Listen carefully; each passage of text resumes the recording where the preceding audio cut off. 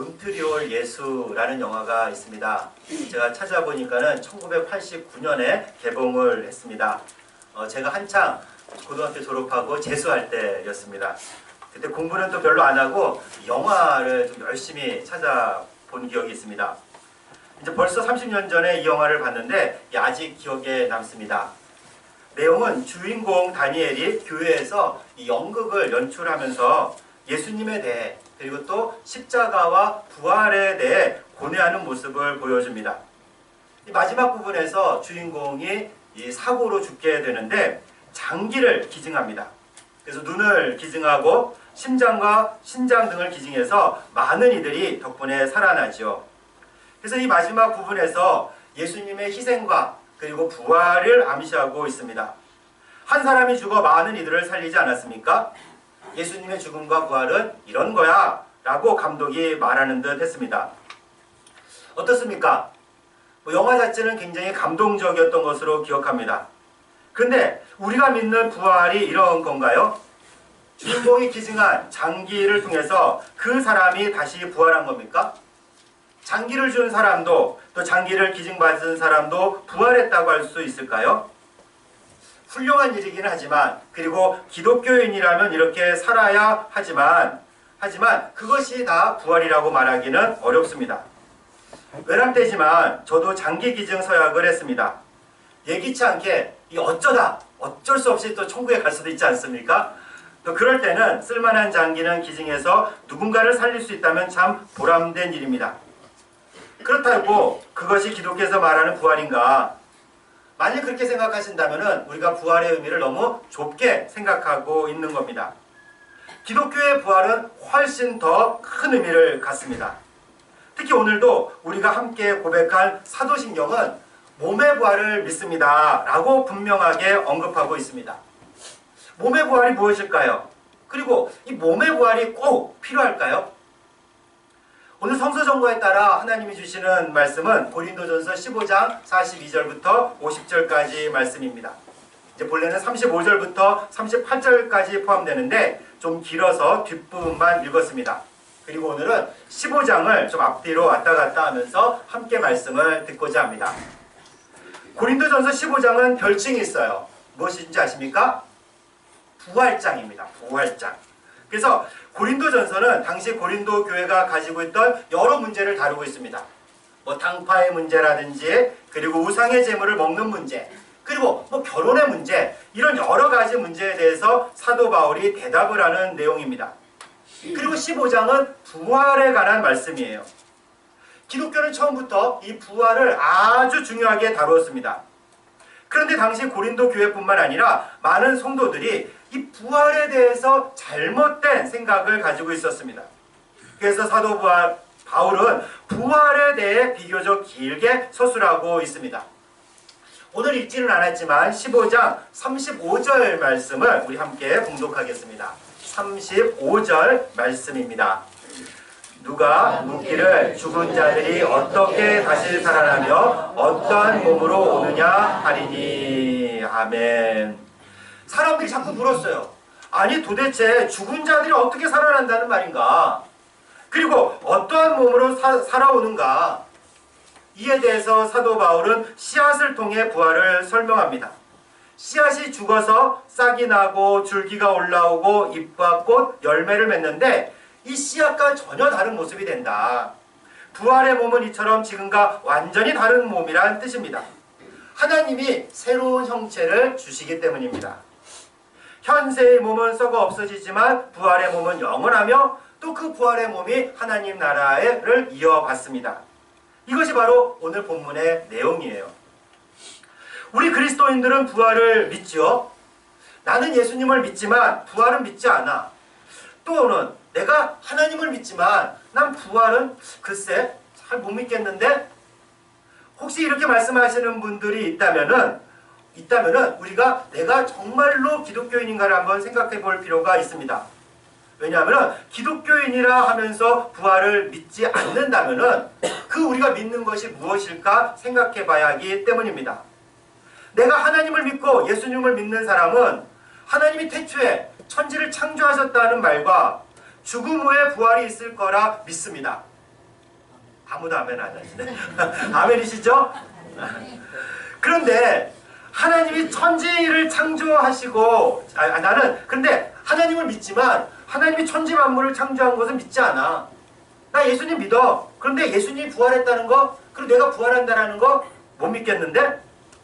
이것은 명백한 모순입니다. 하나님이 되려면 어떤 분입니까? 천지를 창조할 수 있는 능력이 있어야 하나님이라고 부를 수가 있는 게 아니겠습니까? 그것도 하나님께서 여러 가지 복잡한 것 거치지 않아요. 무슨 재료가 있어서 만든 것도 아닙니다. 그냥 말씀 한마디로 쫙 하니까 나타날 수가 있는 거예요. 그걸 못한다면 하나님이 아니죠. 전지전능하신 분인데 어떻게 하나님이 되겠습니까? 마찬가지로 부활이란 죽은 자를 다시 살리시는 건데 하나님이니까, 그리고 전지전능하신 하나님이니까 하실 수 있는 일입니다. 죽은 자를 살리지 못한다면 하나님이 아니죠. 기독교인들은 부활을 믿습니다. 아멘이죠. 잘 안 하시네. 그런데 기독교만 부활을 말하지 않습니다. 우선 부활은 죽음을 전제합니다. 그래서 예로부터 죽음 이후의 삶이 어떨까? 이 몸과 영혼은 어떻게 되는가? 죽음으로 끝인가? 아니면 죽음 위에 다른 무엇이 있는가? 고대로부터 많은 철학자들과 종교는 이에 대해서 대답하려고 했죠. 성경이 기록되던 당시 헬라 사상에서는 영육 이원론이 지배적이었습니다. 죽음이라는 것은 영과 육을 분리하고 육체는 사라지지만 이 영혼만이 영원히 살아간다고 생각을 했습니다. 이것을 우리가 영혼불멸 사상이다라고 얘기해요. 더불어서 육체는 악한 거예요. 육체는 영혼의 감옥이라 생각해서 죽게 되면은 그때서야 이 영혼이 육체를 벗어나서 해방된다고 믿었습니다. 당시 예수님을 믿는다 하면서 이런 비슷한 사상을 들여온 이들이 있었어요. 이들이 바로 영지주의 이단입니다. 이들은 예수님이 몸으로 이 땅에 오신 것도 부정했어요. 그냥 그렇게 보였을 뿐이야 라고 주장을 했죠. 그렇게 예수님께서 십자가에서 죽으실 리도 없다고 얘기를 합니다. 그래서 이런 의미에서 부활도 육체를 떠난 영혼이 그냥 영원히 사는 거다라고 말을 합니다. 근데 사도 바울은 힘주어 말하죠. 영뿐만이 아니라 육체 또는 몸도 부활했다. 그래서 사람들이 물었어요. 아, 그래, 맞아. 나사로도 죽었다 살아났지? 그렇게 다시 사는 거야? 예수님이 이 땅에 사역하시던 당시 나사로라는 인물이 있었어요. 예수님이 그를 살리셨습니다. 죽었던 나사로를 살리신 거예요. 사람들은 바울에게 질문했습니다. 부활한다고 하는데 나사로처럼 다시 사는 거야? 사도 바울은 아니다 라고 말해요. 그것은 소생한 것이 부활한 것은 아니다 라는 뜻입니다. 아니 그러면은 달라이 라마 같이 환생하는 것이 부활인가? 이 티베트 불교를 보면은 그 지도자가 달라이 라마라고 합니다. 근데 이 달라이 라마가 죽으면은 그 영이 갓 태어난 아기의 몸으로 들어간다고 생각을 했어요. 그래서 달라이 라마가 죽을 때 환생한 이 달라이 라마, 어린 달라이 라마를 찾아 나섭니다. 이것이 기독교가 말하는 부활인가? 아니다 라고 말합니다. 이렇게 육체를 벗어난 영혼이 영원히 사는 것도, 나사로처럼 죽었던 사람이 다시 사는 것도, 또 달라이 라마처럼 환생하는 것도 기독교에서 말하는 부활은 아닙니다. 기독교는 영의 부활뿐만 아니라 이 몸의 부활도 말하기 때문입니다. 아니 그렇잖아. 그러면은 나사로도 그렇고 달라이 라마도 몸이 있는데 기독교에서 말하는 부활 아니야? 아니라는 거예요. 왜냐하면은 이들은 다시 죽기 때문이죠. 나사로도 다시 죽었고 달라이 라마도 어차피 죽기 때문입니다. 자칭 자신을 재림한 예수다, 부활한 예수다 라고 말하는 이들은 어때요? 다 죽었잖아요. 뭐 통일교 문선명도 죽었고 하나님의 교회 안상홍도 죽었고 신천지 이만희는 지금 아파서 대학병원에 진료 보러 다니는 신세입니다. 곧 죽을 거예요. 제가 예언하지 않아도 죽게 됩니다. 기독교에서 말하는 부활은 이런 게 아닙니다. 다시 죽지 않아요. 무엇보다 기독교에서 말하는 부활은 종말 때 일어나는 사건이기 때문입니다. 부활은 우리가 지금 일어나는 일들이 아니에요. 예수님이 다시 오실 때 이 세상을 심판하러 다시 오시는데 바로 그때 종말의 부활이 일어납니다. 우리 15장 52절 말씀인데 15장 52절 말씀을 함께 봉독하겠습니다. 나팔 소리가 나매 죽은 자들이 썩지 아니할 것으로 다시 살아나고 우리도 변화되리라. 아멘. 나팔 소리는 종말을 상징합니다. 그때 죽었던 자들이 다 썩지 않을 것으로 부활하고요. 살아있던 자들도 변화되어 부활에 참여하게 됩니다.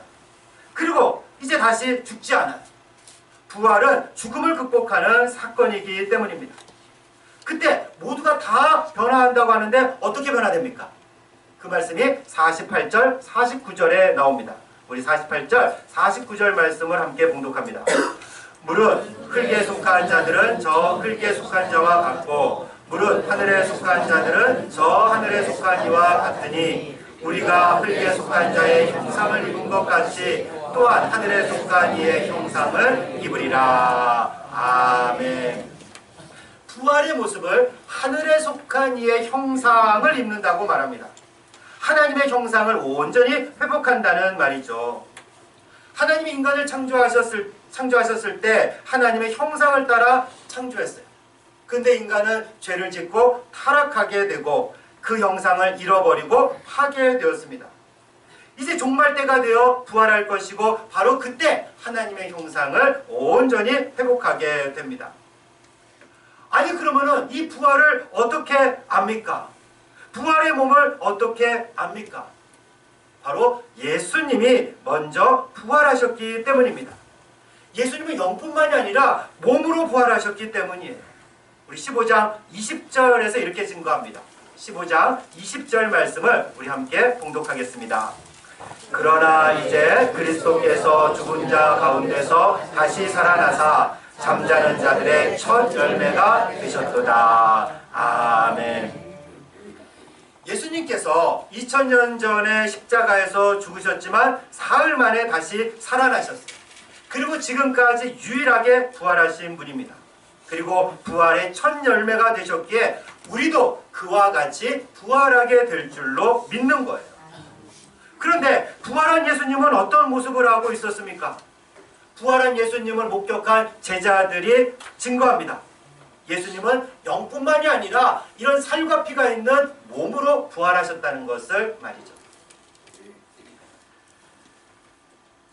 42절부터 44절까지 말씀을 우리 함께 봉독하겠습니다. 42절부터 44절까지 말씀입니다. 죽은 자의 부활도 그와 같으니 썩을 것으로 심고 썩지 아니할 것으로 다시 살아나며 욕된 것으로 심고 영광스러운 것으로 다시 살아나며 약한 것으로 심고 강한 것으로 다시 살아나며 육의 몸으로 심고 신령한 몸으로 다시 살아나나니 육의 몸이 있은즉 또 영의 몸도 있느니라. 아멘. 오늘 본문에서 정말로 강조하는 바는 바로 몸의 부활이에요. 몸의 부활. 영도 당연히 부활하지만 몸도 부활한다고 분명히 말하고 있습니다. 부활은 하나님의 형상을 온전히 회복하는 것인데 그것은 바로 영과 몸으로 이루어진 부활을 뜻합니다. 그렇다면 부활한 몸은 현재 몸과 같은가?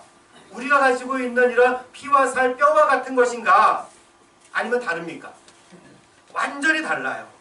전혀 새로운 몸입니다. 겉모습뿐만 아니라 질적으로 완전히 다릅니다. 어떻게 다른지가 42절부터 쭉 나오고 있어요. 현재 몸은 어떻습니까? 썩을 것이고 욕되고 약하고 육의 몸이고 흙에 속한 형상입니다. 반면 부활할 몸은 썩지 않고 영광스럽고 강하고 신령한 몸이고 하늘에 속한 형상입니다. 현재 몸은 죄로 인해 타락해서 죽을 수밖에 없습니다. 그러나 죽은 후에 새로운 몸으로 부활하게 돼요. 그 부활한 몸은 현재의 몸과 완전히 달라도 너무 다릅니다. 현재 내 모습 그대로 부활하는 것이 아니에요. 그래서 우리 어르신들 중에서는 사진을 잘 안 찍으려고 하시는 분들이 있습니다. 이제 늙어서 사진 찍기가 싫다고 말씀하세요. 이해가 됩니다. 그런데 부활 때도 이런 모습이라면 부활하면 어떻겠어요? 부활하고 싶겠어요? 이렇게 늙고 아픈 모습으로 부활한다면 솔직히 하고 싶지 않습니다. 그러나 부활한 모습은 가장 아름다운 몸으로 가장 건강한 몸으로 다시 부활하게 되는 겁니다. 또 하나님 나라에 적합한 몸이 돼요. 물고기는 물에서 살기에 알맞은 몸입니다. 동물도 다 각기 자기 몸을 가지고 있어요. 거기서 살기에 적합한 몸이에요. 땅에서 사는 짐승은 물속에서 살 수가 없습니다. 물속에서 살기에 적합한 몸이 아니기 때문입니다. 종말에 우리가 부활할 때 하나님 나라에 가장 적합한 몸으로 부활하게 됩니다. 그러니까 지금 뭔가 완전히 다른 거예요.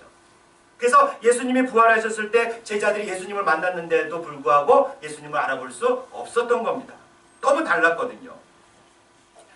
이렇게 성경과 예수님의 제자들은 일관되게 몸의 부활을 증거합니다. 그렇다면 몸의 부활이 왜 중요할까? 굳이 몸이 부활해야 될까? 그냥 영만 부활한다고 주장하면 대부분의 사람들은 이해할 거예요. 그리고 또 앞에서 말씀드린 대로 영화 몬트리올 예수처럼 어떤 섬김과 그리고 내 것을 함께 한다는 의미에서 또 우리 마음속에 부활하여 영원히 산다고 말하면 다 받아들일 겁니다. 요즘 시대치고 저희 부모님은 좀 비교적 일찍 돌아가신 편이에요. 제가 좀 나쁜 게 부모님이 돌아가신 후에 별로 생각이 안 날 줄 알았어요. 왜 사람들이 그러잖아요.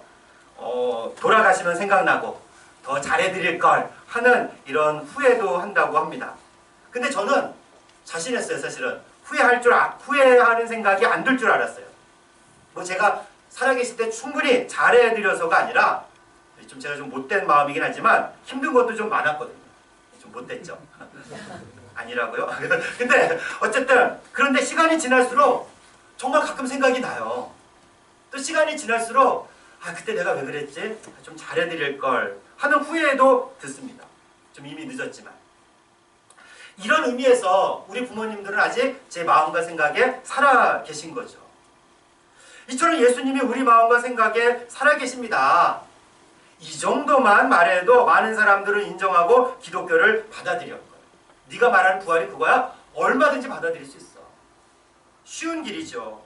근데 사도들은 예수님이 영뿐만이 아니라 몸이 부활했다고 일관되게 증거를 했습니다. 그냥 기억하고 생각하는 차원이 아니라 실제로 몸이 부활했다고 증언합니다. 이게 어려운 길이죠. 아니 왜 이렇게 어려운 길을 갈까요? 사실이니까. 그리고 제자들이 그 예수님을 목격했으니까. 그렇다면 다시 묻습니다. 왜 몸의 부활이 중요할까요? 몸이 구원받아야 온전한 구원이기 때문입니다. 몸이 구원받아야 전인적 구원이고 구원의 완성이기 때문입니다. 하나님은 처음에 우리를 영만 창조한 게 아니에요. 하나님은 우리의 영뿐만이 아니라 몸도 창조하셨습니다. 그리고 그 모든 것을 선하게 창조하셨죠.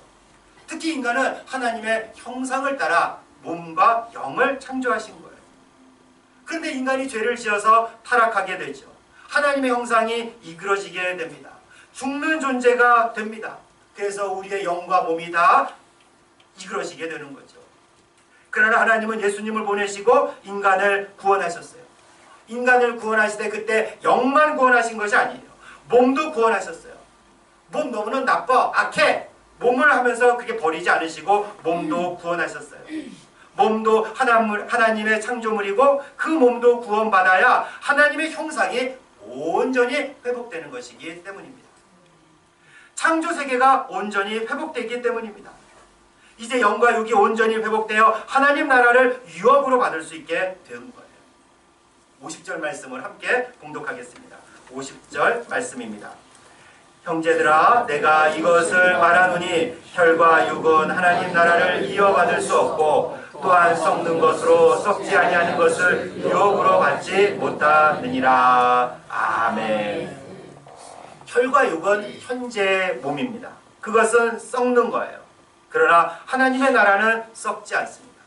썩지 않는 영의 몸이 있어야 하나님의 나라를 유업으로 받아 누리게 되는 거죠. 그렇기에 우리가 몸의 부활을 진심으로 믿는다면 그래서 현재의 육체도 소중히 여길 줄 알아야 됩니다. 육체라는 것은 현재도 마찬가지지만 우리가 부활할 후에도 영을 담는 그릇이에요. 이 둘이 같이 있어야 됩니다. 종말 이후에도 이 영과 육은 함께 있어요. 영도 부활하고 몸도 부활하기 때문입니다. 그래서 우리 영을 지금 소중히 여긴다면 현재 몸도 소중히 여길 줄 알아야 돼요. 하나님은 우리 영과 육을 모두 창조하셨고 또 그리고 그 영과 육을 모두 통치하고 있습니다. 우리는 이 세상에서도 하나님이 통치하시는 하나님 나라에 참여하게 되는데 종말 이후에 누릴 하나님 나라를 지금 여기서 조금 맛보는 게 아닙니까? 하나님 나라의 영만 참여하는 것이 아니라 우리의 몸도 참여하는 거예요. 그래서 몸은 좀 힘드니까 그냥 영만 가서 하나님 나라에 참여하고 하나님 나라를 누려봐 이렇게 말할 수가 없습니다. 같이 참여할 수밖에 없죠. 그렇다면 여러분 지금 몸을 통해서 하나님 나라를 누리고 있습니까? 하나님 통치에 순종하십니까? 하나님 뜻대로 이 몸을 사용하십니까? 우선은 그래서 우리 육체를 소중히 여기면서 아름답게 가꾸어야 돼요. 남들이 보기에 못생겼다, 잘생겼다는 말은 무시해도 좋아요. 왜요? 하나님이 우리를 선하게 창조하셨기 때문입니다. 우리 딸 잘 아시죠? 우리 딸 딱 보면은 뭐 닮았다 이게 딱 들어옵니다. 저를 닮아서 제 아내를 닮아야지 좀 몸도 정말 아름다웠을 텐데 저를 닮아서 죄송합니다만 이제 몸이 좀 이렇게 뼈도 크고 허벅지도 두껍고 막 그래요. 그걸 보면서 우리 딸이 맨날 저보고 하는 말이 있어요. 왜 날 이렇게 낳아줬어? 엄마를 닮았어야 되는데. 저는 어떻게 얘기할까요? 나한테 따지지 마. 하나님한테 따져. 하나님이 만드신 거잖아요. 그죠? 근데 하나님은 그것을 선하게 창조하신 거예요. 하나님이 보시기에 너무너무 아름다워요. 물론 제가 보기에 우리 딸 너무너무 아름다운데 하나님 보시기에는 얼마나 또 아름답겠어요. 정말 그렇습니다. 안 믿겨지십니까? 하나님이 우리를 선하고 아름답게 창조하셨다는 게 안 믿겨지십니까? 하나님한테 한번 물어보세요.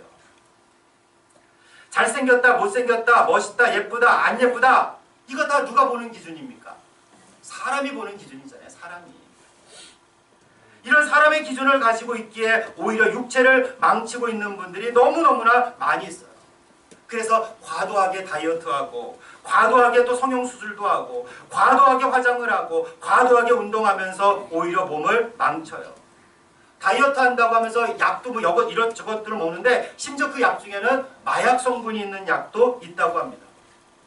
몸의 쾌락을 위해서 클럽에서 마약을 파는 게 일상적이라고 합니다.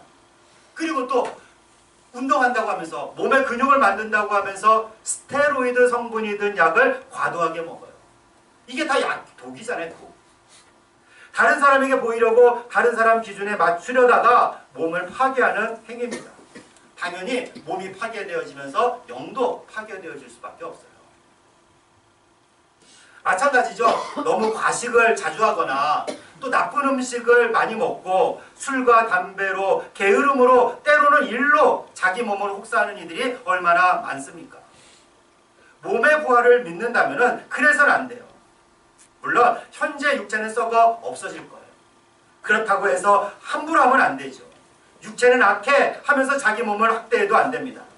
현재 몸으로 현재 하나님 나라를 경험하기 때문이에요. 하나님 나라를 몸으로 미리 조금 맛볼 수 있기 때문입니다. 육체도 하나님의 창조물이자 통치 영역이기 때문이에요. 그렇기에 병들고 연약한 몸을 가진 분들도 소망을 가질 수 있습니다. 사람의 관점이 아니라 하나님의 관점에서 본다면 하나님의 선한 창조물이기 때문입니다. 더욱이 그날이 오면 더 아름답고 그리고 더 영광스럽고 썩지 않는 몸으로 부활하기 때문이죠. 아픔도 없고 죽음도 없는 몸으로 다시 태어나게 됩니다. 사랑하는 자매 형제 여러분, 오늘 말씀을 들으시면서 많이 찔리지 않습니까? 저도 많이 찔립니다.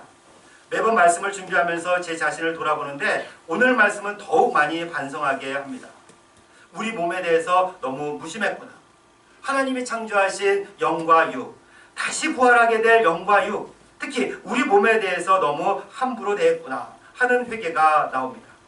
사랑하는 여러분, 여러분과 저는 몸의 부활을 믿는 그리스도인입니다. 종말 때에 부활할 몸을 소망하면서 현재 우리 몸을 소중히 여기고 그리고 그 몸으로 하나님 나라를 미리 경험하고 맛보는 여러분과 제가 되기를 주님의 이름으로 축원합니다.